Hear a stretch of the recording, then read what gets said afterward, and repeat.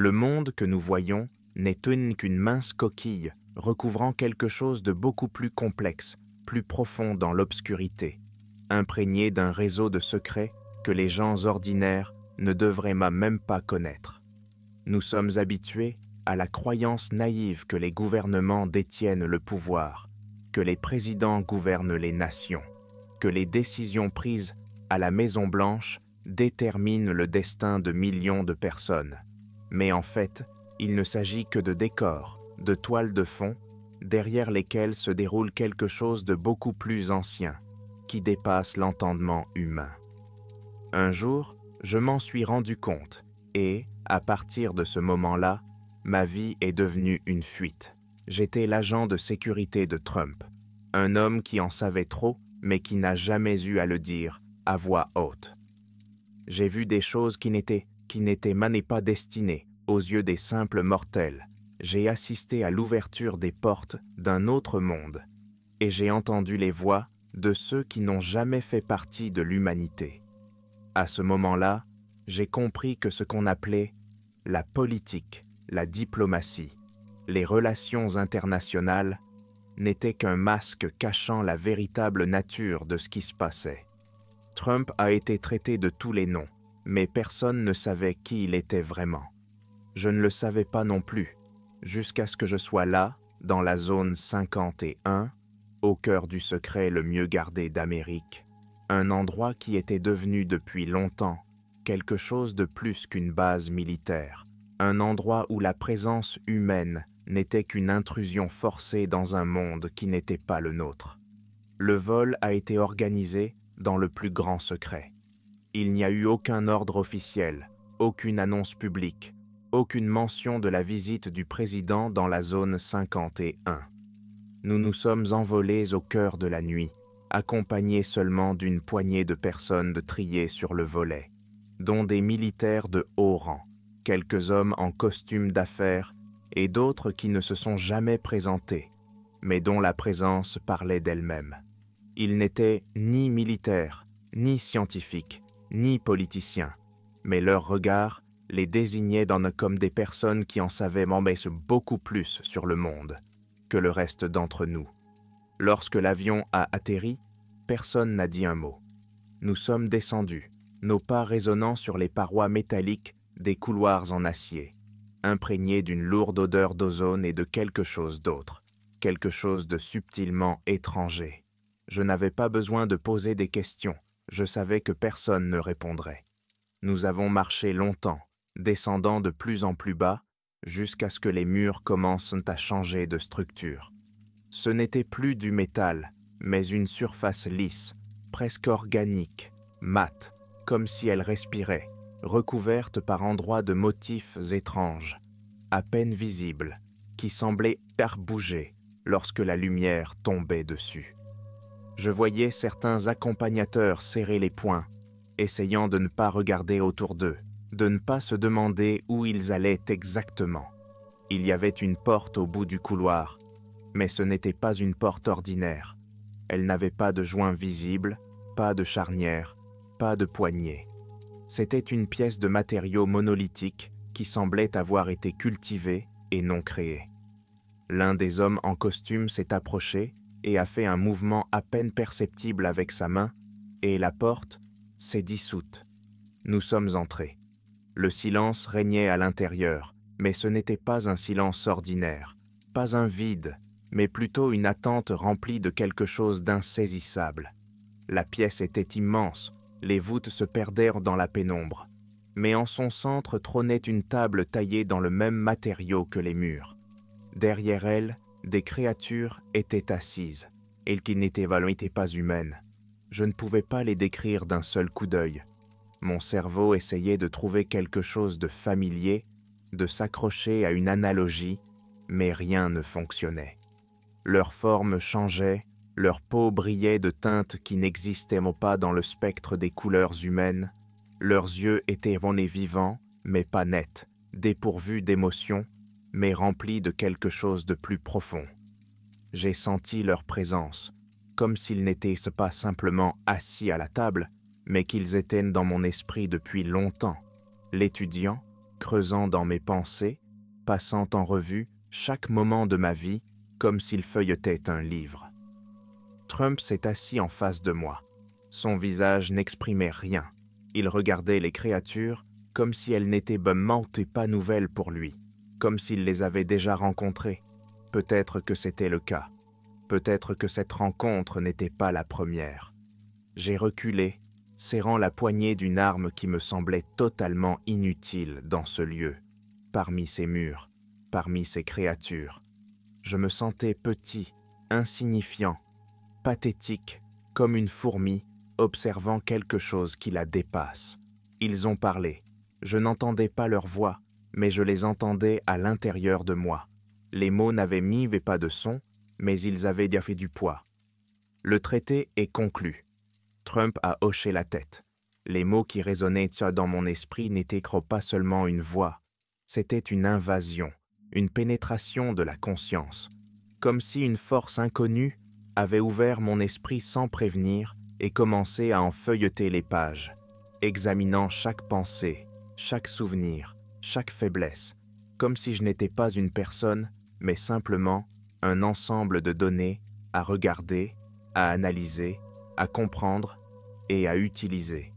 Je pouvais sentir leur attention glisser sur ma mémoire, passer en revue des moments auxquels je n'avais pas pensé depuis des années, tirer des choses des profondeurs de mon subconscient que je croyais moi-même oublier depuis longtemps, mais qu'ils connaissaient maintenant. Et à ce moment-là, j'ai réalisé qu'ils ne faisaient même pas que nous étudier. Ils nous analysaient, tiraient au compte des conclusions, nous voyaient tels que nous étions vraiment, sans masque, sans mensonge, sans illusion, et continuaient ensuite à parler, non pas avec leur bouche, non pas avec leur voix, mais directement dans leurs esprits. Et cela rendait les choses encore plus effrayantes. Trump était silencieux, mais il n'y avait pas de peur dans ses yeux, pas de doute, pas même de surprise, comme si tout cela était quelque chose d'ordinaire pour lui, quelque chose de familier, quelque chose qui n'arrivait pas pour la première fois. Et j'ai soudain réalisé que c'était peut-être le cas, que ce n'était peut-être pas la première fois, que ce n'était peut-être pas la première rencontre. Des contrats avec ces créatures avaient été passés bien avant ce jour, bien avant sa présidence, bien avant que l'un d'entre nous ne soit né, et cette prise de conscience m'a fait froid dans le dos. Car si c'était vrai, alors le monde tel que nous le connaissions n'avait jamais été ce qu'il paraissait être. La créature assise en face de moi se pencha un peu plus près, sa forme changea, ses yeux noirs, sans fond, sans éclat, sans blanc, me fixèrent et je sentis quelque chose se crisper en moi, comme si mon corps lui-même réalisait qu'il était proche de quelque chose qui ne devrait pas exister dans notre monde. Quelque chose qui appartenait à une autre réalité, à un autre monde, quelque chose qui appartenait à une autre réalité, à une autre physique, à une autre logique, et j'ai soudain eu du mal à respirer. L'air semblait plus dense, comme de l'eau, et chaque respiration se faisait avec effort, et j'ai soudain réalisé qu'ils étaient juste en train de me tester, d'étudier ma réaction, de voir jusqu'où il fallait aller avant que mon corps ne refuse de fonctionner. Trump n'a pas scié. Il s'est penché lentement en avant, a entrecroisé ses doigts et n'a prononcé qu'un seul mot. Affirmatif. Je ne savais pas sur quoi porter la discussion. Je ne savais pas de quoi il discutait, mais je savais que, quel que soit le contenu de ce traité, ses conséquences seraient bien pires que n'importe quelle guerre, n'importe quelle catastrophe, n'importe quel événement survenu sur Terre. Parce qu'un accord conclu, non pas entre des personnes, mais entre des civilisations, n'est jamais qu'un accord. C'est un accord, n'est jamais qu'un accord. C'est toujours une soumission, c'est toujours un contrôle, c'est toujours une concession.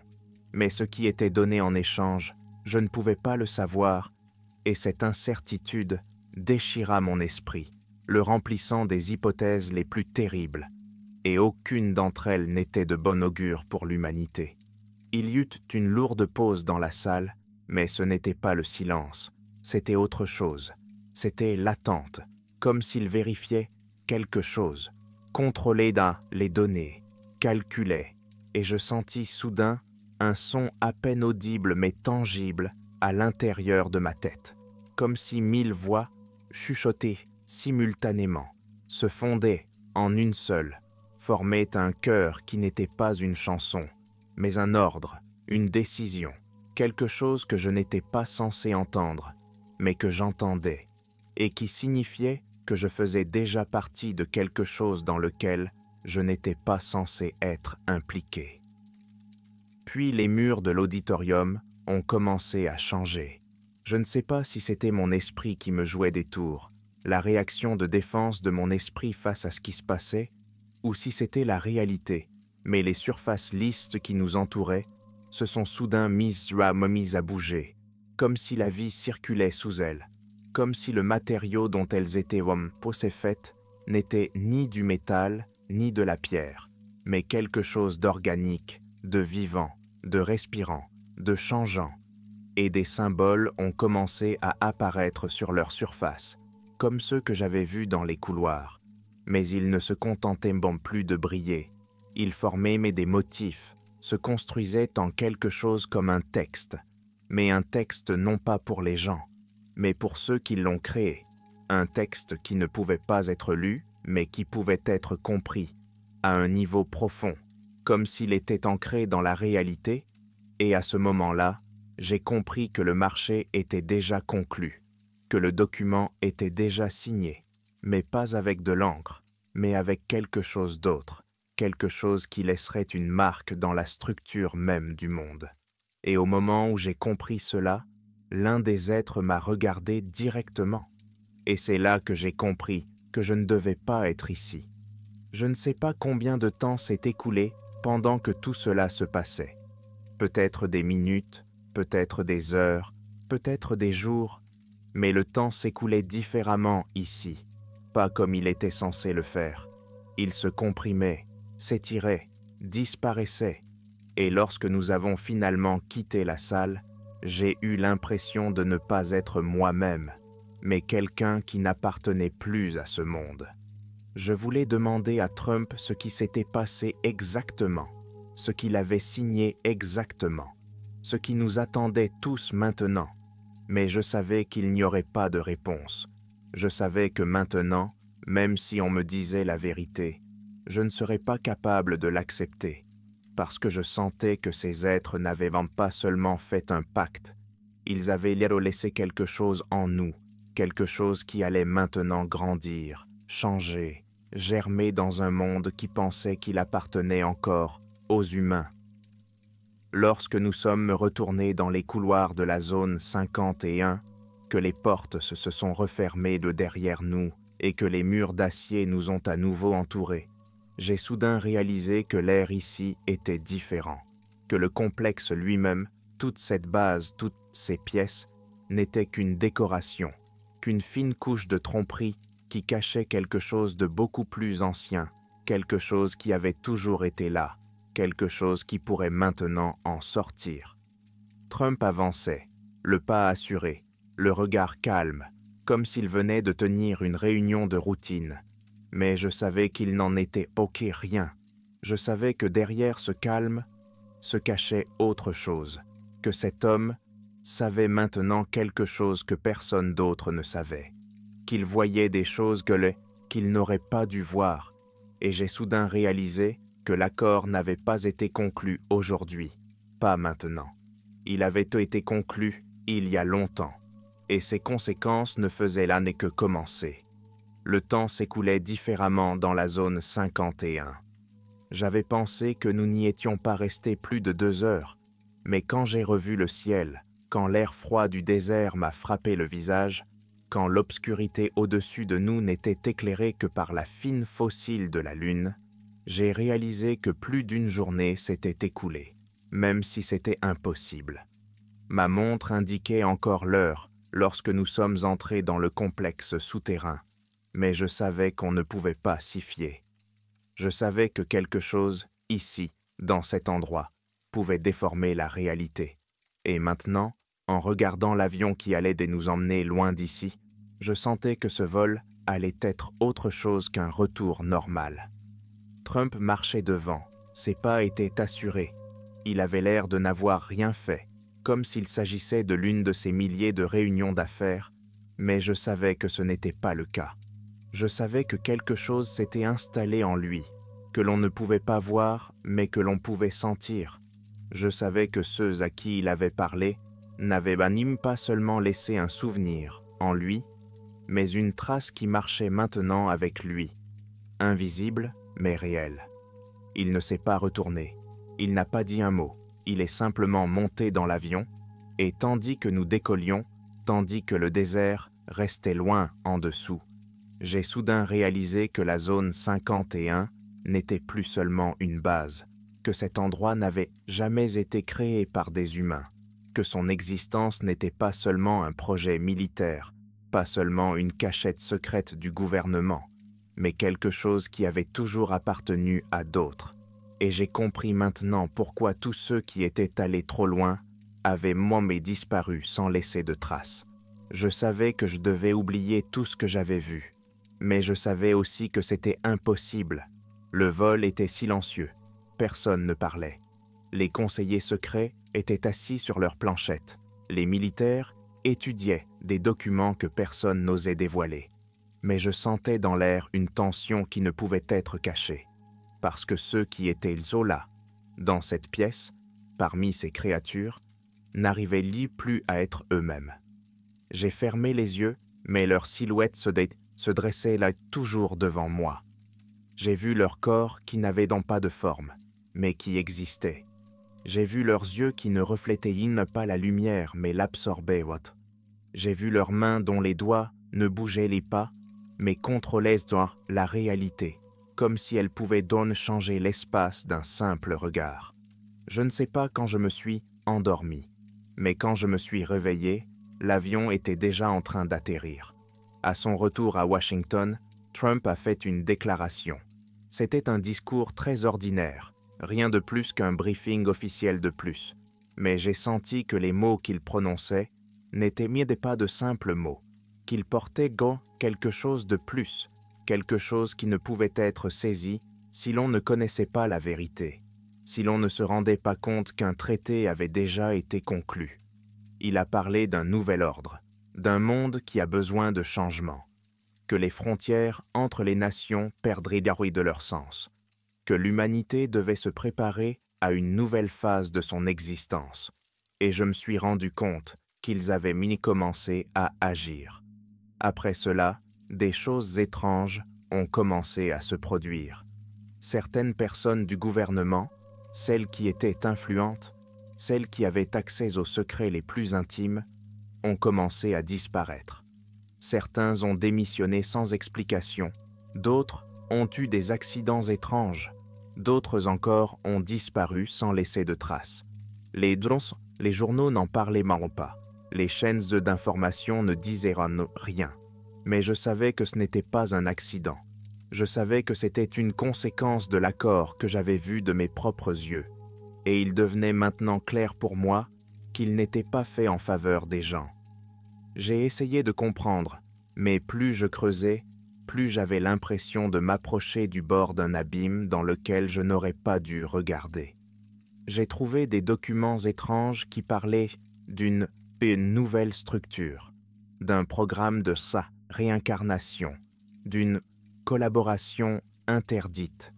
Mais à chaque fois que j'essayais d'en savoir plus, je me heurtais à des murs qui n'existaient pas auparavant, comme si le système lui-même avait commencé à se protéger, comme si désormais les informations n'étaient pas seulement cachées, mais détruites avant que quiconque ne puisse les trouver.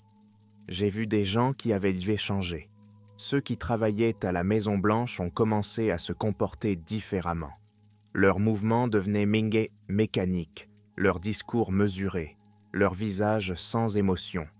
Je ne savais pas si c'était une conséquence du traité, si cela faisait partie de quelque chose de plus grand, mais je sentais que l'humanité n'était plus maîtresse de son destin. Un soir, en rentrant chez moi, J'ai réalisé que j'étais suivi.